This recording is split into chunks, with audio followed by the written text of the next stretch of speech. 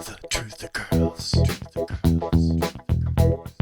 Hi everyone, it's Truther Girl Sonia here. I'd like to talk about the Las Vegas attack. Obviously people are, really upset about this, and a lot of people are kind of thinking, well, they don't believe the official story.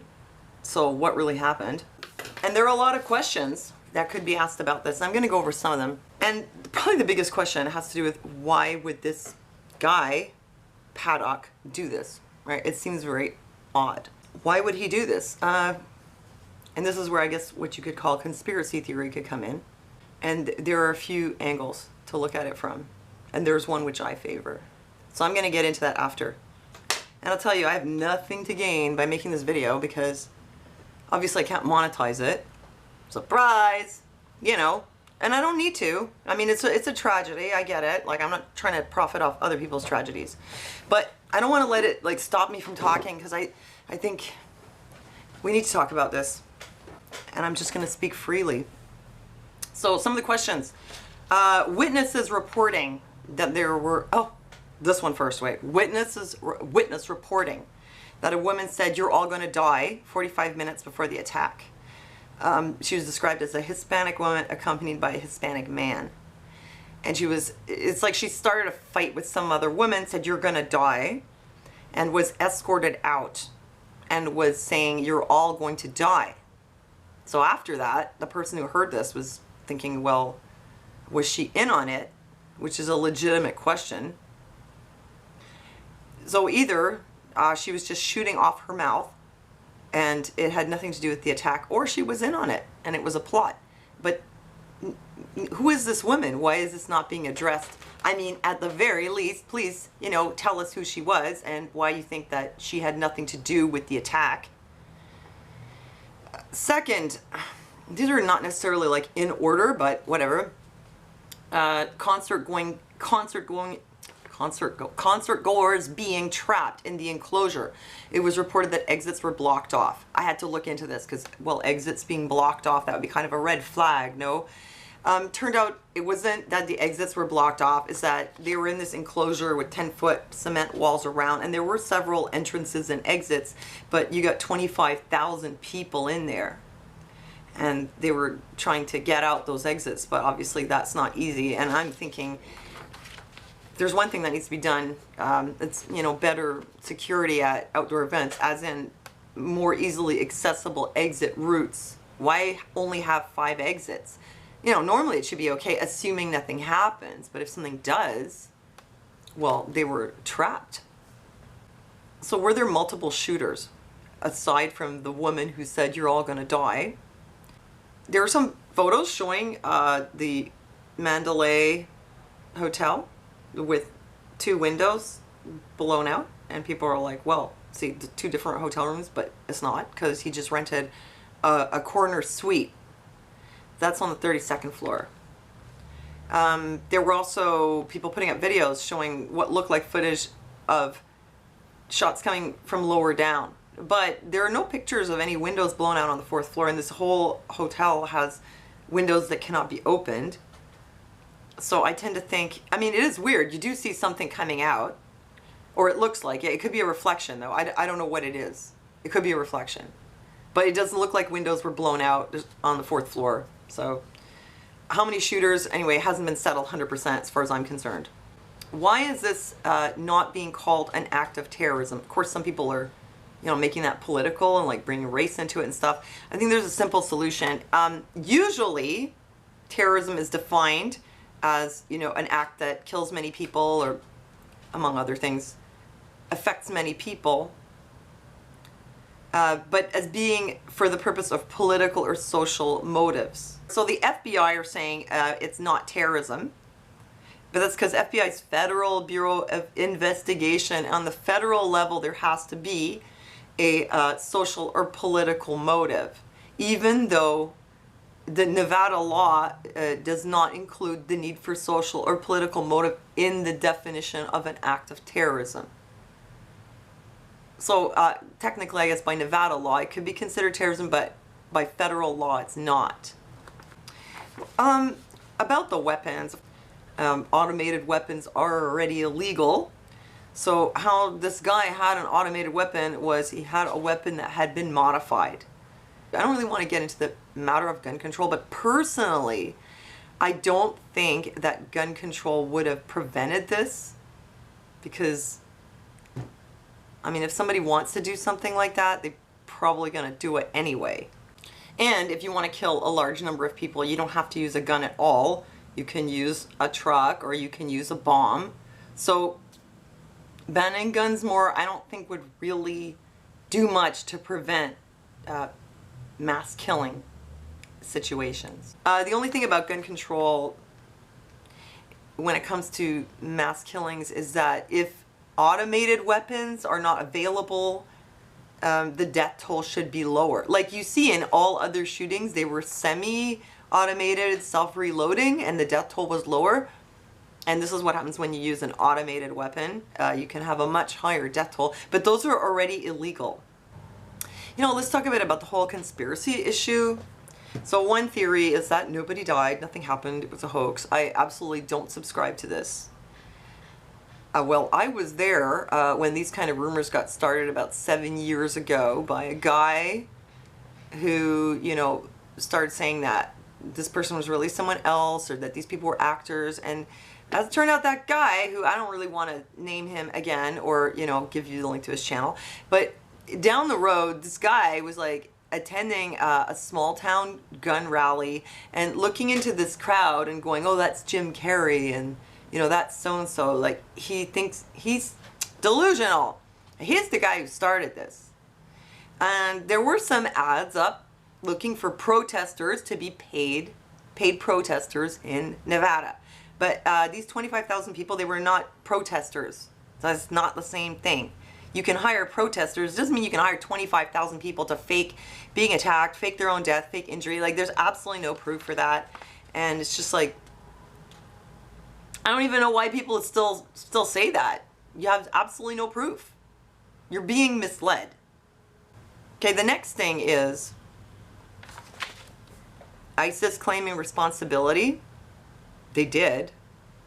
They said he had recently converted, and this was he was a soldier for ISIS. However, some people point out that, well, you know, maybe ISIS is just full of shit. Sorry, I can't really think of a better way to put it right now.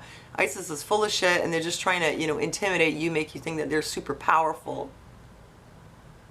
That they claim responsibility for things they didn't do, which may or may not be true. May or may not be true, but where's the proof? Where is the proof that the guy was a convert, that he was with ISIS? So far, officially, there is no proof, but I'm going to come back to it. So the third thing is the false flag. Looks like there are multiple shooters. You know, why did he have these guns, these modified guns? Why did he have so many of them? Why does his brother say this is totally out of character?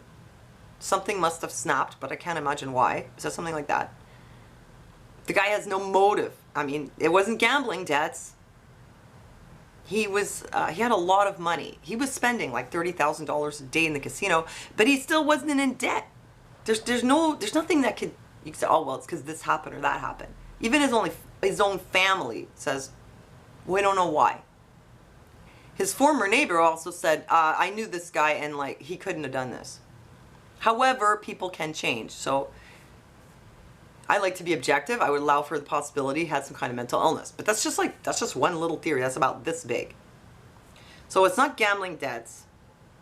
We don't know why did he do this? It just came out of nowhere. So maybe it was, you know, the government. It's just speculation. Maybe it's the government like sets this thing up with all these guns up there, sets it up. These people are corralled. It's horrible. But like, let's just go there that this is a false flag operation. Okay, but you have to say why would they do this? What's the goal? Gun control? It's probably not going to work because every time there's a shooting, people are like, oh, it's a false flag for gun control. But you know what? It never works. So it doesn't, like, that's dumb. Why would you, you know, it doesn't work. So why would they do it? I could think of only one thing, if you want to go there. The issue with Puerto Rico and Trump being like, well, you have to sort this out for yourself. you know, because they helped Texas, they helped Florida, but Puerto Rico, they're like, figure it out. Looks really bad, right, for Trump. And it could be that this is the only motive that I could think of, that Trump, his administration would be like, let's do something big to get the focus off us so that they stop talking about what a bad government we are and they're going to focus on this thing. Although, if you thought that, then you'd have to see the people that voted for Trump were people who believed that the previous administrations were capable of this kind of thing.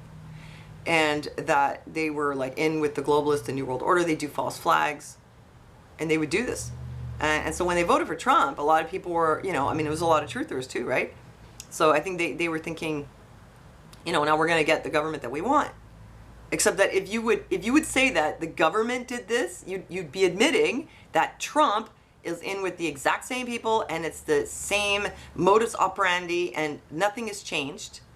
And that they would do a false flag and kill that many people and injure that many people to what? To get the attention off the Puerto Rico issue? Okay, so that's one theory. I don't subscribe to it, but let's just say. So the last thing, and this is the one that I think is the most likely actually, is let's go back to ISIS. But before we go back to ISIS, is the issue of mind control. This is what people always overlook. And I will refer you again to Darren Brown, The Assassin, which you can watch. Watch him find the most easily hypnotized person and through suggestion turn them into an assassin. I've seen hypnosis demonstrations in public, like live. Certain people are very suggestible. They can really be made to get into the mindset that they are, you know, whatever it is, an assassin or, you know, a lounge singer or, you know, a worker at the hot dog factory or whatever, but you can really do this. And amazingly, you can actually, the person under hypnosis can actually develop these skills. Go and watch this yourself. It is possible to put someone under hypnosis and turn them into an assassin and then trigger them. Although, with the number of guns that were in the room, you'd think that he must have had some help. I mean, I don't know, did he like bring them in one at a time? I don't know. But see, this is where I would say, let's go back to ISIS. Because why does it have to be the US government that did it? Are they the only ones who can make mind control slaves? I would guess that probably ISIS could do this also. Or whoever. But it doesn't have to be the US government. So when ISIS is claiming responsibility, theoretically, it's possible that they are responsible. But that they did it against this guy's own will. That they turn him into a Manchurian candidate. Which, I know it sounds kind of out there, but you know what? It sounds a lot less out there than that the US government did this to get attention off of Trump's Puerto Rico issue. Or that nobody died, nothing happened. Like, that doesn't make any sense. Or that this guy converted to Islam. Oh yeah? That's why he was spending $30,000 a day in the casino? That sound like a devout Muslim to you? Like a guy who's about to sacrifice himself for jihad? What's he going to do right before? He's going to hang out in Vegas and gamble? It doesn't make sense. It makes no sense. But it is possible that he was under mind control. The only other thing would be that he was crazy. Maybe he was on some kind of medications or something. Something made him really lose touch with reality, made him psychotic. But other than that, which is pretty much what they're saying, he was crazy. Other than that, the only, you know, legit explanation that I could think of was that he was under mind control. This is something people forget. Mind control is real. And it could be that this is what it was. I'm bringing this up because I don't, you know, I mean, people really did die. So everybody's like, oh, nobody died, nothing happened. No, that's so wrong. That's so wrong. And it's like, it's so painful for the people who were involved, you know. You can imagine. I mean, people saying, oh, nothing happened. I'm sure something did happen. If you want to know what was behind it, you want to look at it honestly, my usual suspects would be pharmaceuticals and mind control. Something to consider. Well, let me know what you think. And thanks for listening to me, and I'll see you next time.